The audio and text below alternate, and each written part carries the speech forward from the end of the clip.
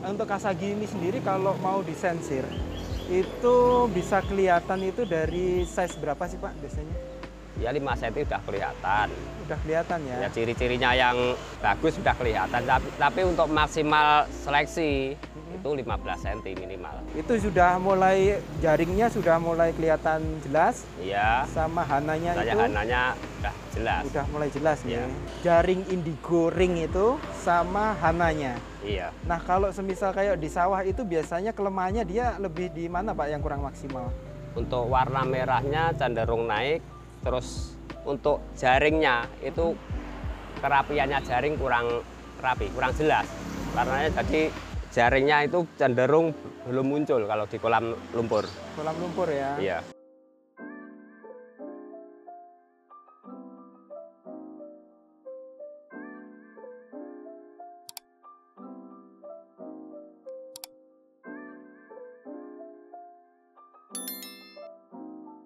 Seribu koi, seribu warna. Apa kabar sahabat koi semua?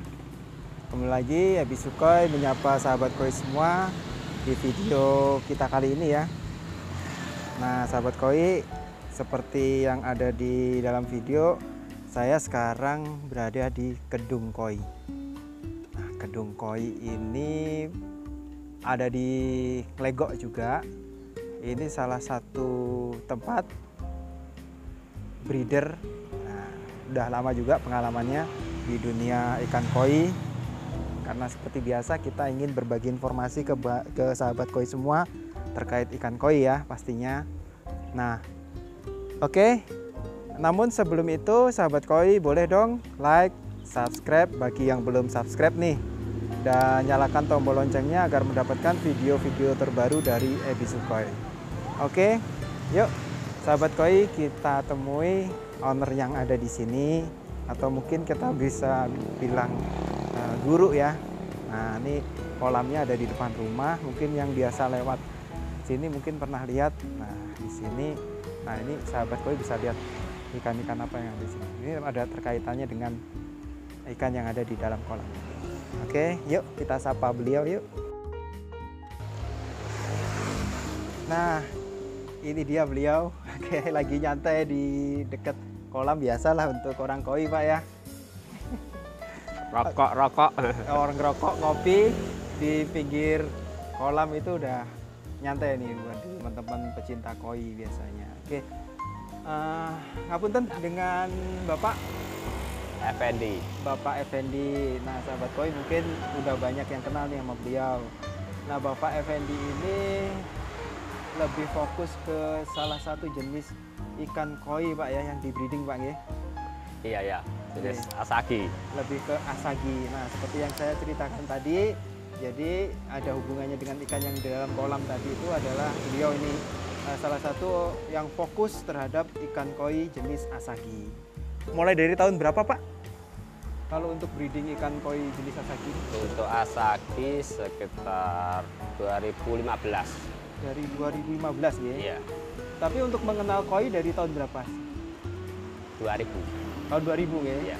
Berarti sekitar 15 tahun kemudian dengan fokus ke Asagi. Iya. Oke. Jadi awal-awal dulu ikan jenis apa Pak?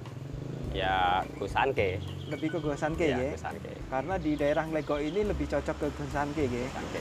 Oke. Nah ini salah satu, kalau Asagi ini, kalau yang saya pernah dengar ini salah satu ikan asli Jepang Pak ya? Iya ya. Oke. Nah kalau untuk Asagi sendiri di Legok itu tantangannya apa sih Pak? Kalau untuk Asagi, untuk breeding Asagi ini? Ya kita untuk Asagi itu untuk airnya.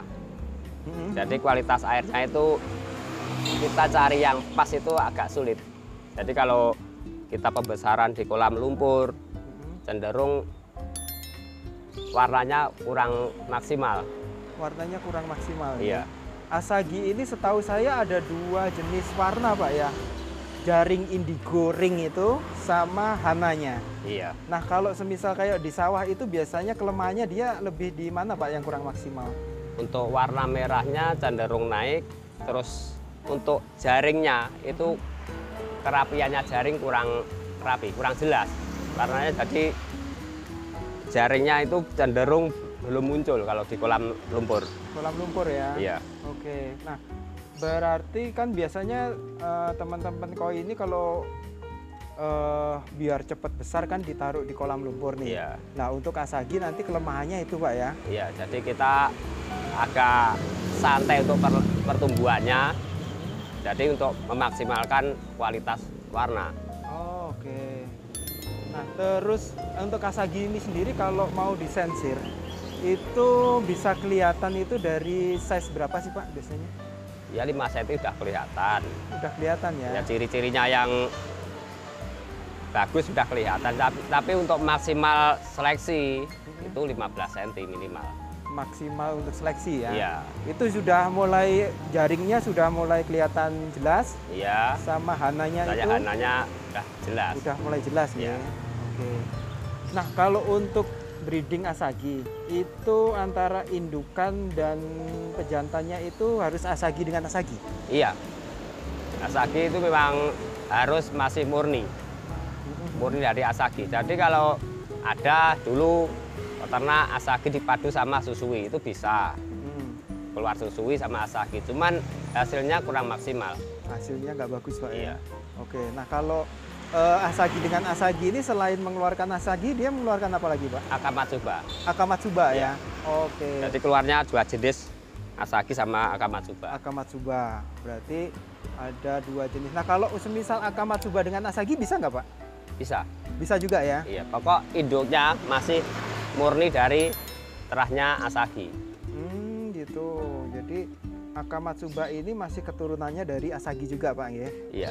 Asagi ini nggak bisa dikebut Pak ya, asagi ini. Iya. Karena dia punya 2 warna yang menurut saya unik.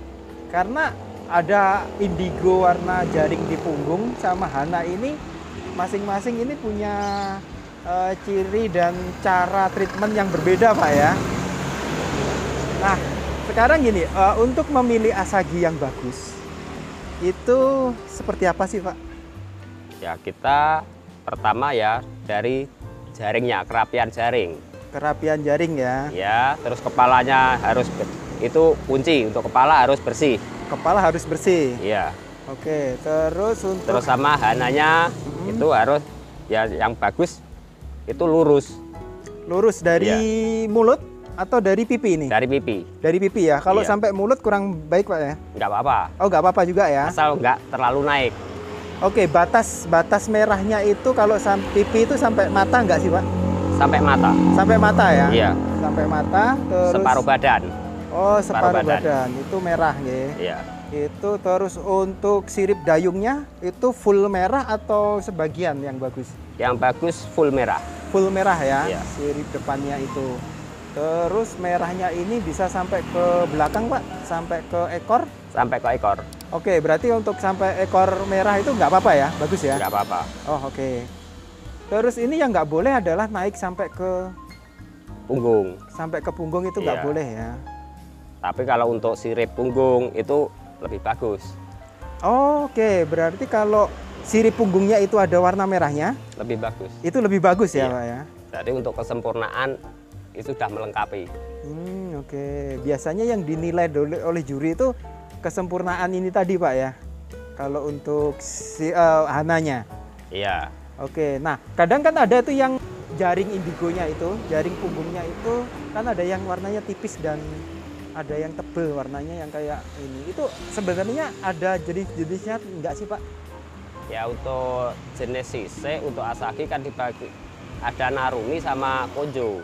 Ada narumi dan konjo. Konjo. Oke, ini yang baru saya tahu nih. Ada narumi dan konjo. Nah kalau yang konjo itu seperti apa Pak?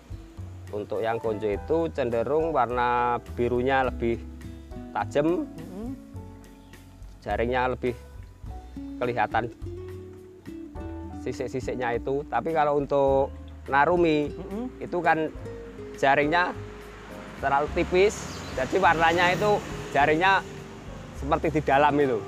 Oke, berarti kalau konjo itu warna indigonya itu lebih tebel Pak ya? Iya. Terus lebih besar-besar. Iya. Oke, terus kalau untuk narumi itu berarti lebih agak tipis ya, agak samar-samar gitu. Iya. Dan kecil-kecil. Iya. Oke, berarti belum tentu kalau yang kecil-kecil samar ini belum sempurna, itu belum tentu karena memang Jenisnya beda ya. Narumi.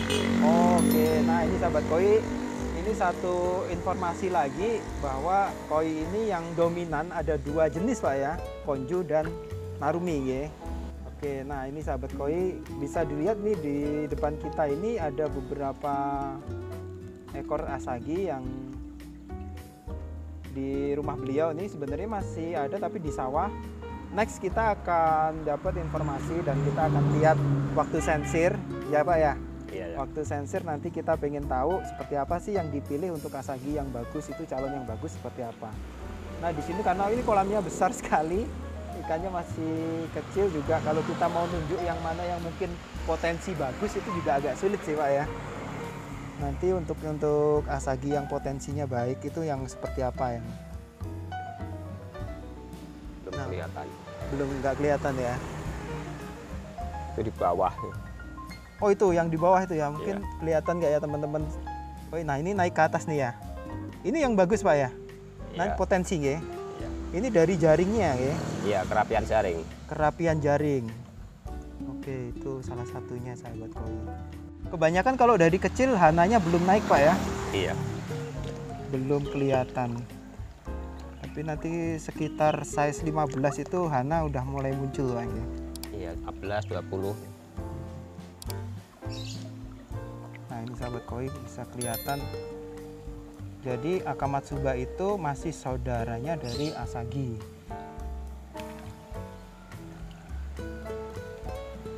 Jadi ini ada beberapa ekor yang belum keluar hananya. Ini biasanya nanti juga akan keluar Pak ya? Ya, nggak tentu lah. Kadang-kadang ya bisa keluar. Ada. Kalau yang siripnya merah, itu biasanya bisa keluar. Oke, berarti deteksinya dari siripnya ya? Iya.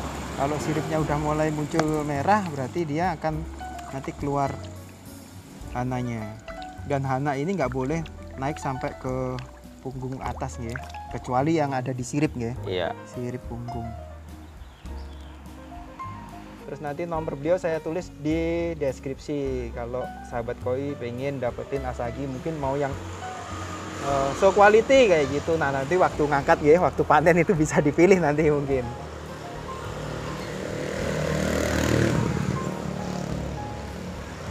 Nah sahabat koi, ini tadi obrolan saya terkait kita belajar tentang asagi ya hari ini. Semoga bermanfaat buat sahabat koi semua, informasi minimal saya dapat satu ilmu, jadi tentang konju dan narumi tadi Pak G, untuk jenis ring yang ada di punggung asagi. Oke, jangan lupa untuk like, subscribe dan nyalakan tombol loncengnya agar mendapatkan video-video terbaru dari Ebisu Koi. 1000 koi 1000 warna. Terima kasih udah nonton. Sampai ketemu di video selanjutnya.